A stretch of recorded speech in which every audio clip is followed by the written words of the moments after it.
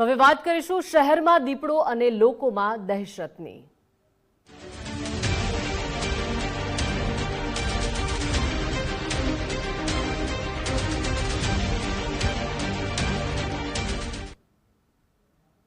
તો અમદાવાદના ગુમામાં દીપડો પકડવાની કવાયત તેજ થઈ છે। હજુ સુધી દીપડો વન વિભાગની પકડથી દૂર છે।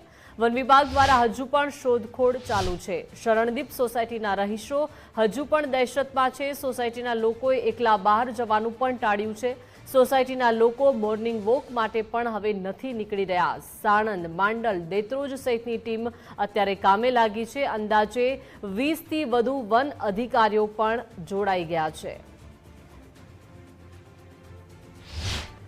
अब कोई भी बाहर नॉर्मली हम मॉर्निंग और इवनिंग में यहाँ पे वॉक के लिए बहुत सारे लोग निकलते रहते हैं, पेट्स को लेके निकलते हैं, बाहर निकलते हैं। अभी आप देख लेंगे कोई जैसा कर्फ्यू जैसा माहौल हुआ है, कोई बाहर नहीं निकल रहा है। जो घर के अंदर ही है या जो भी कोई निकलेगा वो गाड़ी लेके निकलेगा और वापस आ जाएगा। हमने मेड और बाकी सब जो भी घर में काम कर रहे हैं उनको भी अलर्ट किया कि भाई आप अकेले नहीं निकलोगे, या तो हम उनको गाड़ी में बाहर तक छोड़ देंगे या शाम को भी अर्ली घर पे आ जाना।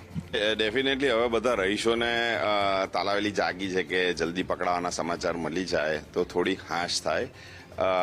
આમ છે ને, સાચું કહું તો અમારી સોસાયટીમાં મોટા ભાગના મેમ્બરો એવા જ બધા એનિમલ લવર્સ છે।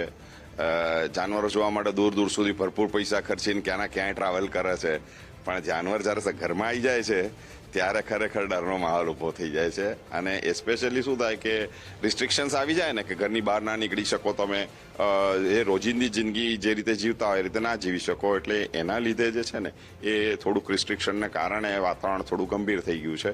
પણ વન વિભાગ ઉપર અમને વિશ્વાસ છે કે એ લોકો મહેનત ભરપૂર કરી રહ્યા છે અને આજુબાજુ ટીમ બધે એ લોકો આખી રાત જાગીને ફરી રહ્યા છે, એટલે એ લોકો વહેલી તકે કંઈક એવા સમાચાર આપશે જેનાથી અમને રાહત મહેસૂસ થાય।